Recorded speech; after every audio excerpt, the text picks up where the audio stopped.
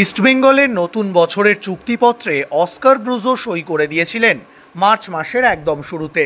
ইমামি এবং ইস্টবেঙ্গল কর্তারা তখন মনে করেছিলেন কার্লোস কুয়াদ্রাতের ছেড়ে যাওয়া দলকে নিয়ে তিনি যে লড়াই আইএসএলে দেখিয়েছেন তা আরও একটা বছর চুক্তির জন্য যথেষ্ট। কিন্তু সুপার কাপে প্রথম ম্যাচ হেরে অস্কারের ইস্টবেঙ্গল ছিটকে যাওয়ার পর অনেক সমর্থক সোশ্যাল মিডিয়ায় লিখেছিলেন সিদ্ধান্তটা ম্যানেজমেন্ট একটু তাড়াতাড়ি নিয়ে ফেলেছে, আর একটু অপেক্ষা করাই যেত। সব মিলিয়ে অস্কারের ইস্টবেঙ্গলের প্রথম বছরটা প্রশ্নাতীতভাবে কাটেনি। এটা ঠিক, 6 ম্যাচে 0 পয়েন্ট পাওয়া একটি দলকে তিনি সুপার সিক্সের লড়াইয়ে রেখেছিলেন শেষ পর্যন্ত।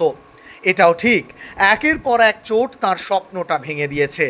কিন্তু শুধু পুরনো কোচের উপর দোষ চাপিয়ে সুপার কাপের ব্যর্থতা যে ঢাকা যাবে না, তাই নতুন বছর তিনি শুরু থেকেই থাকবেন আতশ কাঁচের তলায়। বৃহস্পতিবার তার নতুন বছরের চুক্তি সরকারিভাবে ঘোষণা করার পর একটি খোলা চিঠি লিখেছেন সমর্থকদের। সেখানে অস্কার যেন স্বপ্নের ফেরিওয়ালা। আসলে ইস্টবেঙ্গল সমর্থকরা আগে আরও অনেককেই স্বপ্নের ফেরিওয়ালা ঠাউরে ডুবেছেন। বলতে গেলে এখন নতুন করে স্বপ্ন দেখতে তারা ভয় পান। তবু অস্কার সেই খোলা চিঠিতে স্বপ্ন দেখিয়েছেন। তিনি লিখেছেন, আমরা এখন নতুনভাবে সব কিছু ঠিক করছি, এমনভাবে ফুটবলার নিচ্ছি যাতে দল একটা আক্রমণাত্মক ফুটবল উপহার দিতে পারে, যেটা ইস্টবেঙ্গলের ঐতিহ্যের সমার্থক। তবে এটা শুধু প্রতিশ্রুতি নয়, কথা দিতে পারি ইস্টবেঙ্গল সমর্থকরা এখন থেকে ফল দেখতে পাবেন।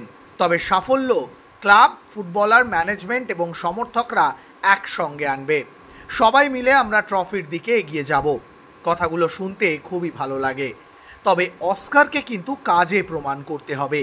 তার কথা মতোই দল তৈরি হচ্ছে, সেই দলের সাফল্য ব্যর্থতার দায় সম্পূর্ণভাবেই তার। আর বারবার চিরপ্রতিদ্বন্দ্বী মোহনবাগানের সাফল্য দেখতে দেখতে ইস্টবেঙ্গল সমর্থকরা হাঁপিয়ে উঠেছেন। তাই রাজনৈতিক নেতাদের মতো প্রতিশ্রুতিতে তাদের পেট ভরবে না, প্রয়োজন সাফল্যের বাস্তব রূপায়ণ। আর যে বাস্তবের মাটিতে দাঁড়িয়ে তা করতে হবে অস্কারকে, সেই মাটি বড্ড কঠিন। সেটা অস্কারের থেকে ভালো আর কেউ জানেন না।